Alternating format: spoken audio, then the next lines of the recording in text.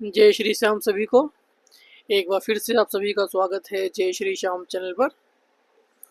तो चलिए आइए हम शुरू करते हैं, अपने भगवत गीता के पाठ को आगे बढ़ाते हैं। कल हमने अध्याय 2 के श्लोक 38 पे ख़त्म किया था। तो चलिए आइए शुरू करते हैं श्लोक 39 से। श्लोक 39 में कहते हैं, यहाँ मैंने वैश्लेषिक अध्ययन द्वारा इस ज्ञान का वर्णन किया है। अब निष्काम भाव से कर्म करना बता रहा हूँ, उसे सुनो। हे पृथापुत्र, तुम यदि ऐसे ज्ञान से कर्म करोगे तो तुम कर्मों के बंधन से अपने गुरु को मुक्त कर सकते हो। तात्पर्य है, वैदिक कोश निरुक्ति के अनुसार सांख्य का अर्थ है विस्तार से वस्तुओं का वर्णन करने वाला, तथा सांख्य उस दर्शन के लिए प्रयुक्त मिलता है जो आत्मा की वास्तविक प्रकृति का वर्णन करता है। और योग का अर्थ है इंद्रियों का निग्रह। अर्जुन का युद्ध न करने का प्रस्ताव इंद्रिय तृप्ति पर आधारित था। वह अपने प्रधान कर्तव्य को भुलाकर युद्ध से दूर रहना चाहता था, क्योंकि उसने ये सोचा कि धृतराष्ट्र के पुत्रों अर्थात अपने बंधु बांधवों को परास्त करके राज्य भोग करने की अपेक्षा अपने संबंधियों तथा स्वजनों को न मारकर वे अधिक सुखी रहेगा। दोनों ही प्रकार से मूल सिद्धांत तो इंद्रिय तृप्ति था।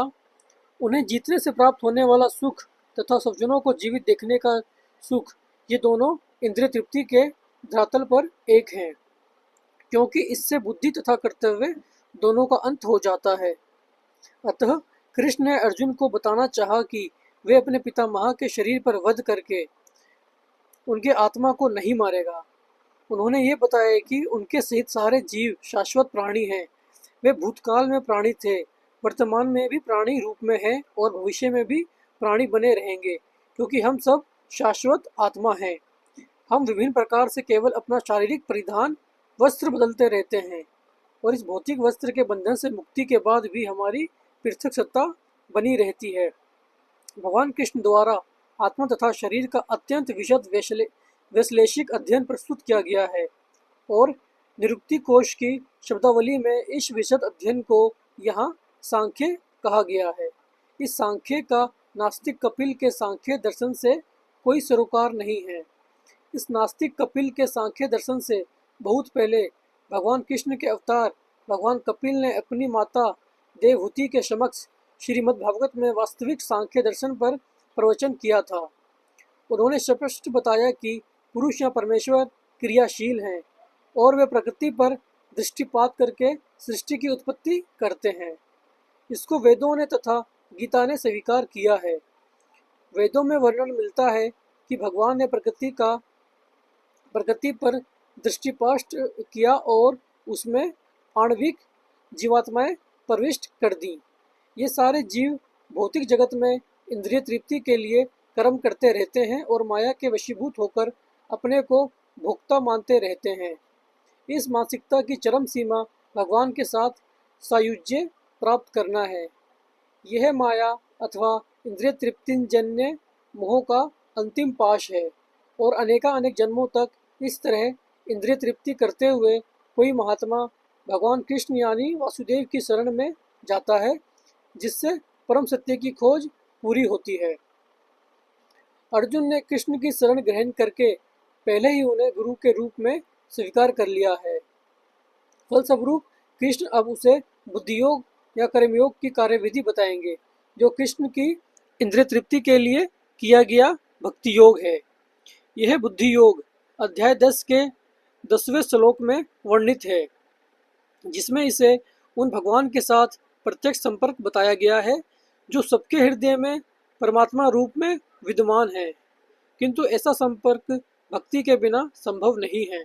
अतः जो भगवान की भक्ति या दिव्य प्रेमा भक्ति में या कृष्ण भावनामृत में स्थित होता है, वही भगवान की विशिष्ट कृपा से बुद्धि योग की अवस्था प्राप्त कर पाता है।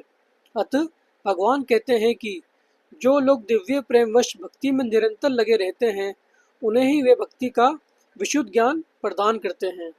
इस प्रकार भक्त सरलता से उनके चिदानंद में धाम में पहुंच सकते हैं। इस प्रकार इस श्लोक में वर्णित बुद्धि योग भगवान कृष्ण की भक्ति है और यहाँ पर उल्लिखित सांख्य शब्द का नास्तिक कपिल द्वारा प्रतिपादित अनिश्वरवादी सांख्य योग से कुछ भी संबंध नहीं है। अतः किसी को यह भ्रम नहीं होना चाहिए कि यहाँ पर उल्लिखित सांख्य योग का अनिश्वरवादी सांख्य से किसी प्रकार का संबंध है। न ही उस समय उसके दर्शन का कोई प्रभाव था और न कृष्ण ने ऐसी ईश्वर विहीन दार्शनिक कल्पना का उल्लेख करने की चिंता की। वास्तविक सांख्य दर्शन का वर्णन भगवान कपिल द्वारा श्रीमद् भागवत में हुआ है, किंतु वर्तमान प्रकरणों में उस सांख्य से कोई भी सरोकार नहीं है। यह सांख्य का अर्थ है शरीर तथा आत्मा का वैश्लेषिक अध्ययन। भगवान कृष्ण ने आत्मा का वैश्विक वर्णन अर्जुन को बुद्धि योग या कर्मयोग तक लाने के लिए किया। अतः भगवान कृष्ण का सांख्य तथा भागवत में भगवान कपिल द्वारा वर्णित सांख्य एक ही है। ये दोनों भक्ति योग हैं। अतः भगवान कृष्ण ने कहा कि केवल अल्पयज्ञ ही सांख्य योग तथा भक्ति योग में भेदभाव मानते हैं। निसंदेह अनिश्वरवादी सांख्य योग का भक्ति योग से कोई संबंध नहीं है। फिर भी बुद्धिहीन व्यक्तियों का दावा है कि भगवद गीता में अनिश्वरवादी सांख्य का ही वर्णन हुआ है। अतः मनुष्य को यह जान लेना चाहिए कि बुद्धि योग का अर्थ कृष्ण भावनामृत में पूर्ण आनंद तथा भक्ति के ज्ञान में कर्म करना है। जो व्यक्ति भगवान की दृष्टि के लिए काम करता है, चाहे वह कर्म कितना भी कठिन क्यों ना हो, वह बुद्धि योग के सिद्धांत के अनुसार कार्य करता है और दिव्य आनंद का अनुभव करता है। ऐसी दिव्य व्यस्तता के कारण उसे भगवत कृपा से स्वतः संपूर्ण दिव्य ज्ञान प्राप्त हो जाता है और ज्ञान प्राप्त करने के लिए अतिरिक्त श्रम किए बिना ही उसकी पूर्ण मुक्ति हो जाती है। कृष्ण भावना भावित कर्म तथा फल प्राप्ति की इच्छा से किए गए कर्म में विशेषतया पारिवारिक या भौतिक सुख प्राप्त करने की इंद्रिय तृप्ति के लिए किए गए कर्म में प्रचुर अंतर होता है। अतः बुद्धि योग हमारे द्वारा संपन्न कार्य का दिव्य गुण है। श्लोक 40। इस प्रयास में ना तो हानि होती है, ना ही ह्रास, अपितु इस पथ पर की गई अल्प प्रगति भी महान भय से रक्षा कर सकती है। तात्पर्य है, कर्म का सर्वोच्च दिव्य गुण है कृष्ण भावनामृत में कर्म या इंद्रिय तृप्ति की आशा न करके कृष्ण के हित में कर्म करना। ऐसे कर्म का लघु आरंभ होने पर भी कोई बाधा नहीं आती है, न कभी इस आरंभ का विनाश होता है। भौतिक स्तर पर प्रारंभ किए जाने वाले किसी भी कार्य को पूरा करना होता है, अन्यथा सारा प्रयास निष्फल हो जाता है। किंतु कृष्ण भावनामृत में प्रारंभ किए जाने वाला कोई भी कार्य अधूरा रहकर भी स्थायी प्रभाव डालता है। अतः ऐसे कर्म करने वाले को कोई हानि नहीं होती, चाहे ये कर्म अधूरा ही क्यों न रह जाए। यदि कृष्ण भावनामृत का 1% कार्य पूरा हुआ तो उसका स्थायी फल होता है, अतः अगली बार 2% से शुभारंभ होगा।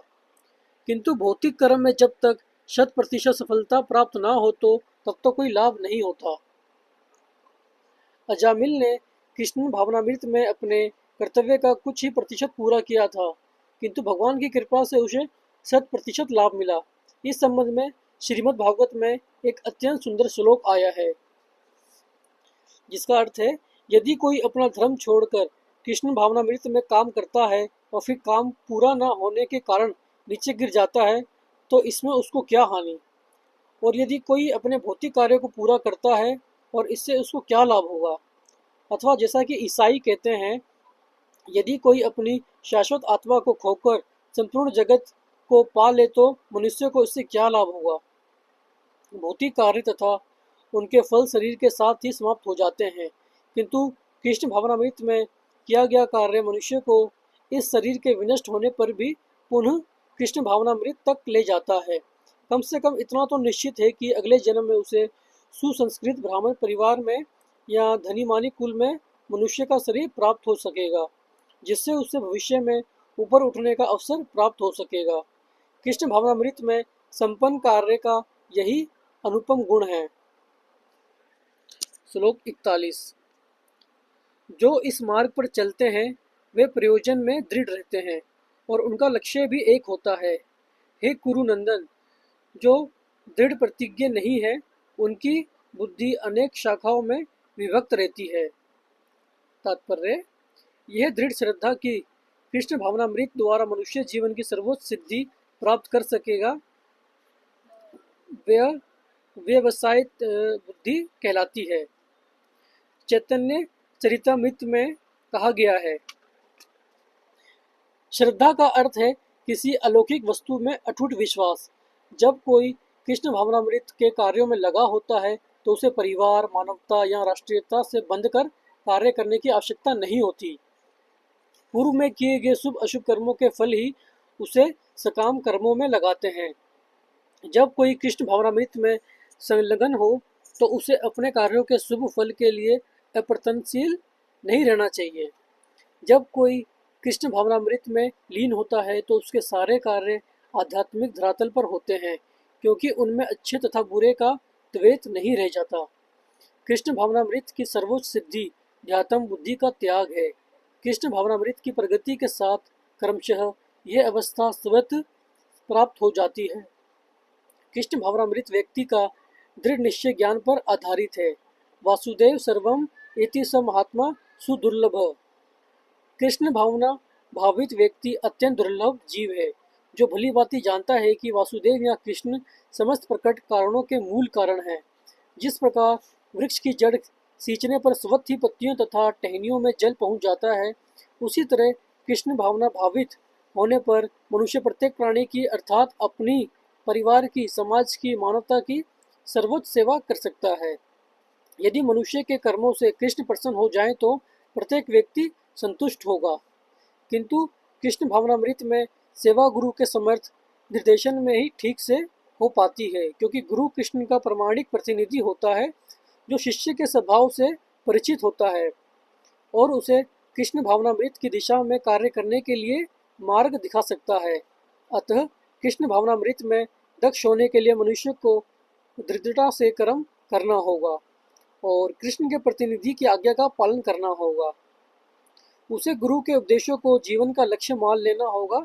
श्रील विश्वनाथ चक्रवर्ती ठाकुर ने गुरु की प्रसिद्ध प्रार्थना में उपदेश दिया है, गुरु की तुष्टि से भगवान भी प्रसन्न होते हैं। गुरु को प्रसन्न किए बिना कृष्ण भावनामृत के स्तर तक पहुंच पाने की कोई संभावना नहीं रहती। अतः मुझे उनका चिंतन करना चाहिए और दिन में 3 बार उनकी कृपा की याचना करनी चाहिए और अपने गुरु को सादर नमस्कार करना चाहिए। किंतु ये समर्पण पद्धति ध्यातम बुद्धि से परे सिद्धांतिक रूप में नहीं, वरन व्यावहारिक रूप में पूर्ण आत्मज्ञान पर निर्भर करती है।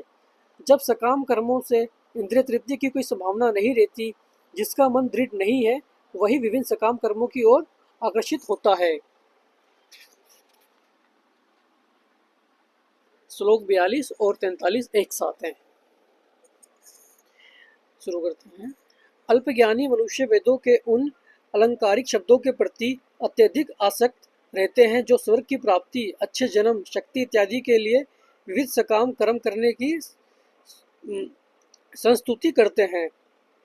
इंद्रिय तृप्ति तथा ऐश्वर्य में जीवन की अभिलाषा के कारण वे कहते हैं कि इससे बढ़कर और कुछ नहीं है।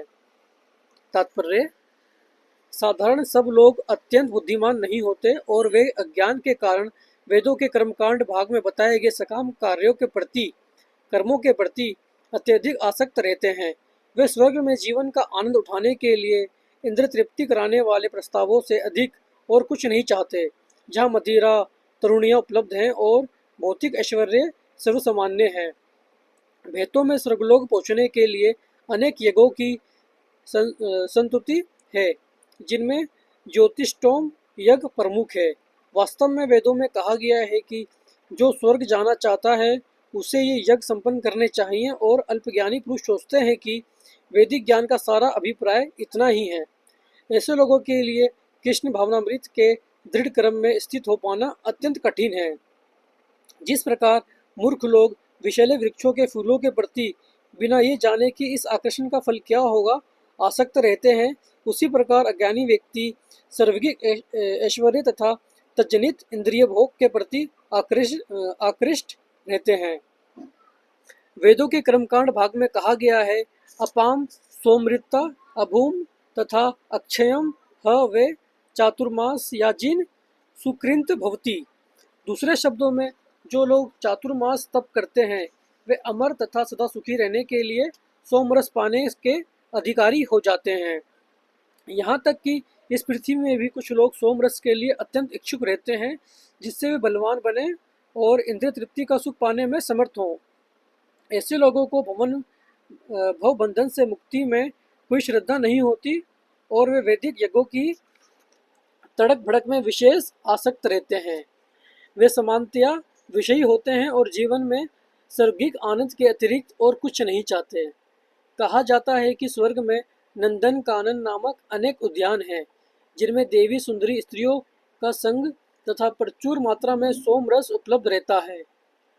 ऐसा शारीरिक सुख निसंदेह विषयी है। अतः ये लोग वे हैं जो भौतिक जगत के स्वामी बनकर ऐसे भौतिक अस्थायी सुख के प्रति आसक्त हैं।